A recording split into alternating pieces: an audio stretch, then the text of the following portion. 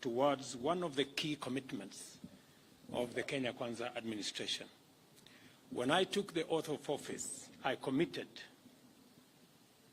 to undertake reforms of our security sector in line with our democratic imperatives and to improve operational efficiency of our police force. The transformation of our security sector has been overdue for many decades, and in all fairness, many attempts have been made, both within the specific security sector agencies and by the national government centrally. These efforts have, at best, produced only minimal positive change. As a result, the weakness in the security services have grown to major challenges, which have further devolved into a threat to the integrity, efficiency, security, and public trust in the security agencies, and by extension, eroded their trust in the government's ability to guarantee the most basic right, the security of persons and their property. We pledged to transform our security services and to increase the state's capacity to protect the people, their belongings, their freedom, and their interests, to create an appropriate environment for enterprise, investment, commerce, and industry. The reforms are also intended to ensure that the gallant men and women in uniform who have committed themselves to the highly challenging and often risky career for the sake of keeping Kenya safe are accorded the respect, support, facilitation, and recognition that they do very well deserve. Accordingly, on December 21st, 2022, I appointed the task force on the reform of the National Police Service, the Kenya Prison Service, and subsequently the National Youth Service.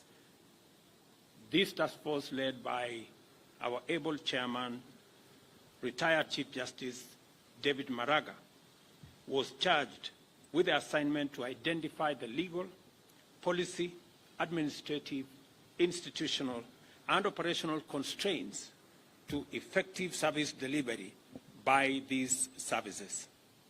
The committee took up the assignment with remarkable dedication and discharged its terms of reference meticulously, thoroughly, and in a manner which clarifies the assignment of recommended remedial interventions with a diagnosis of recognized challenges.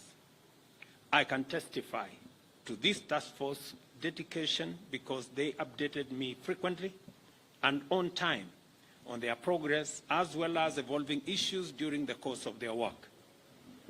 Going by my initial perusal of the report, and in accordance with the task force periodic updates, I am satisfied that the report I have received this afternoon has done justice to the assignment that I gave to the task force.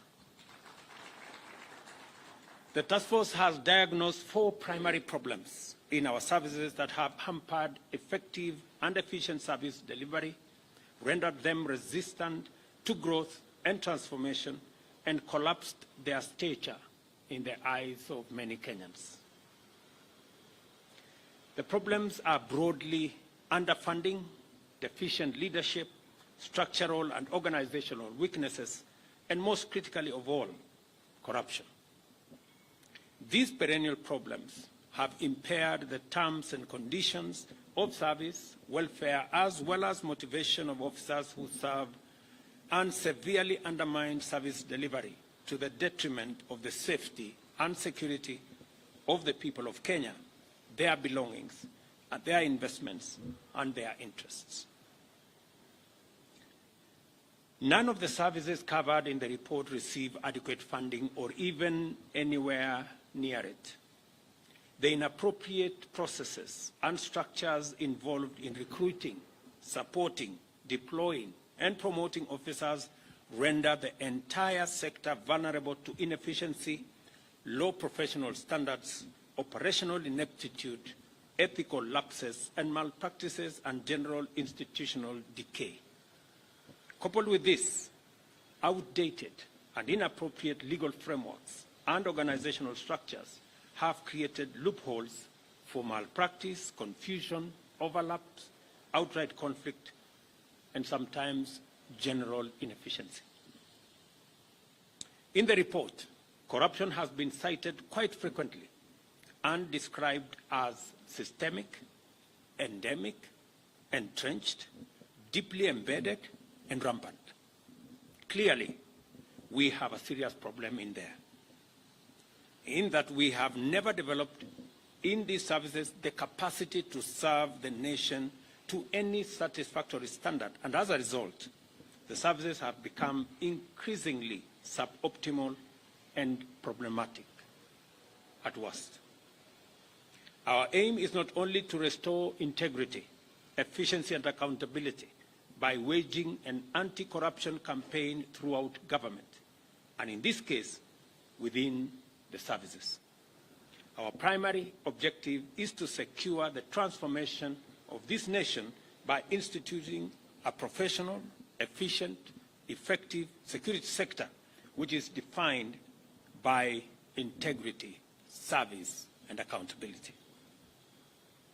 We are therefore going to pay attention, and great attention at that, to the numerous well-considered recommendations made by the task force.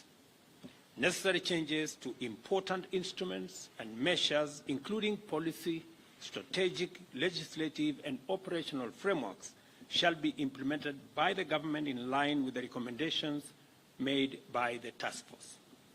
Consequently, some will await action by Parliament to amend relevant legislation and the conclusion of the necessary work by committees, similar bodies as recommended in this report, including the Salaries and Remuneration Commission. Those that are administrative will be implemented immediately. In this regard, I am directing the relevant organs of government to commence implementation of the various recommendations of the task force, beginning with the following. Number one, alignment of the terms and conditions of service of the National Police Service, Kenya Prison Service, and the National Youth Service with other security agencies. We now confirm that these three services are now moved to the security sector. Review the pay, living conditions, medical cover, housing, and other aspects of welfare for police of the service, and simply,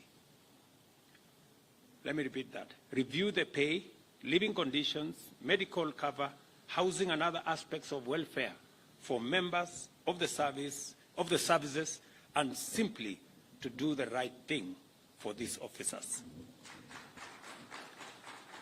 I have seen the recommendation that has been made by the task force to enhance the salaries of our policemen, our National Youth Service, and our prison service by 40% over the next 3 years. I think it is a well-considered recommendation. We will now await the workings of the Salaries and Remuneration Commission to make the necessary adjustments so that we can implement this recommendation. We've also seen the recommendation of the career progression of our officers, so that there will be 2 categories of admission, one for constables and another for the cadet in all the 3 services. Again, this will give us the opportunity to grow appropriate leadership in all the 3 services. Number 4, review legislative and policy framework governing operations within the National Police Service, the Kenya Prison Service, the National Youth Service, to ensure better service to Kenyans, greater accountability, transparency, respect for the rule of law and integrity, and the subordination of these critical security services to civilian oversight and authority in line with our deepening democratic credentials. institutionalize a long-term equipment modernization for all the three services. I am very clear in my mind, we are already undertaking the modernization of the police service equipment requirements. Then it will be followed by the Kenya Prison Service and the National Youth Service.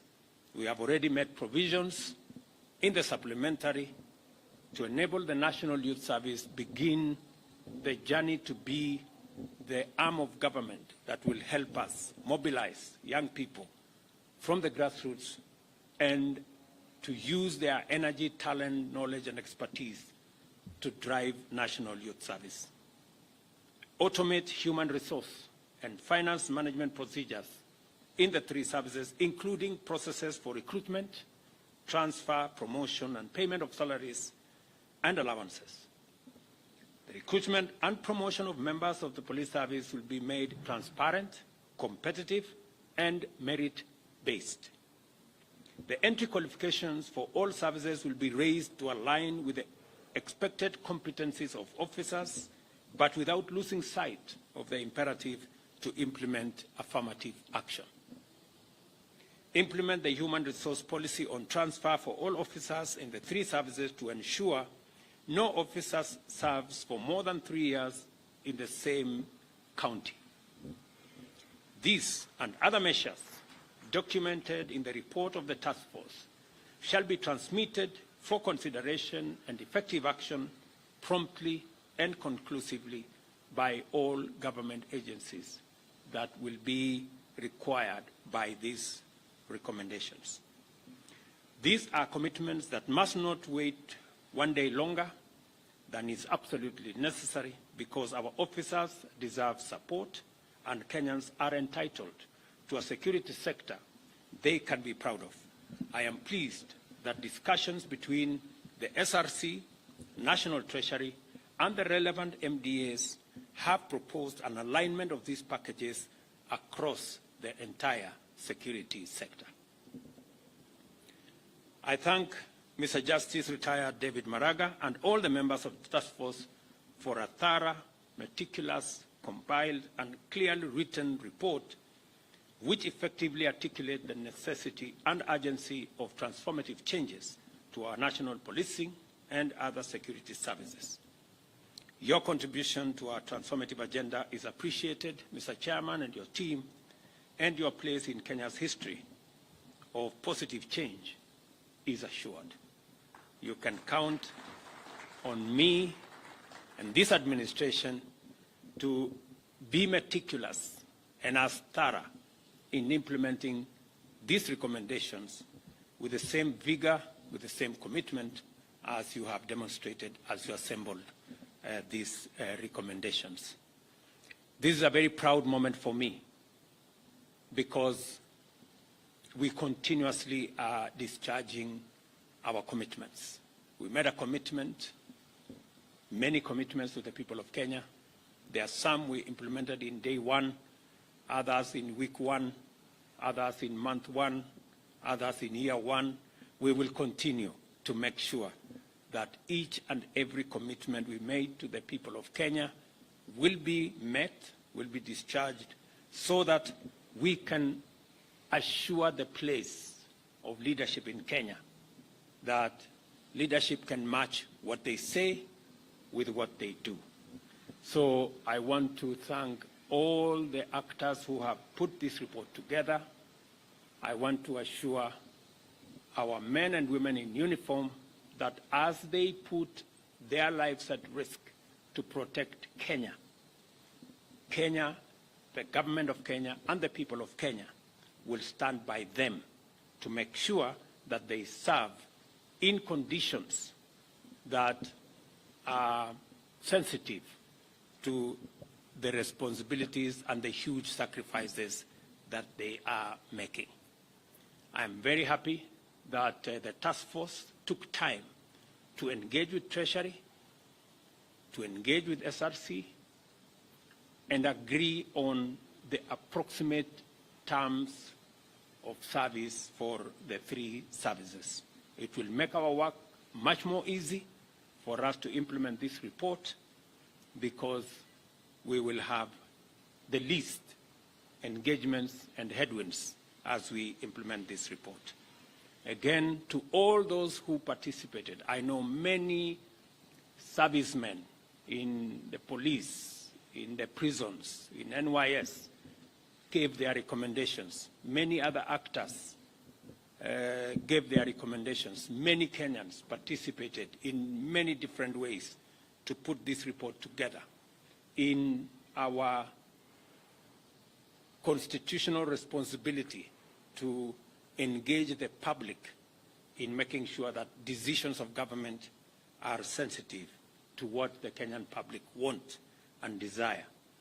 I'm very proud that we are now one step in the right direction to make sure that our policemen, whether it is their salaries, medical requirements, and all the other issues will be addressed using the recommendations by the task force, recommendations which have been handed over to me today.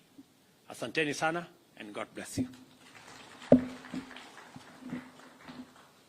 Thank you, Your Excellency the President. Distinguished guests, ladies and gentlemen, that marks the end of this brief event. Thank you very much.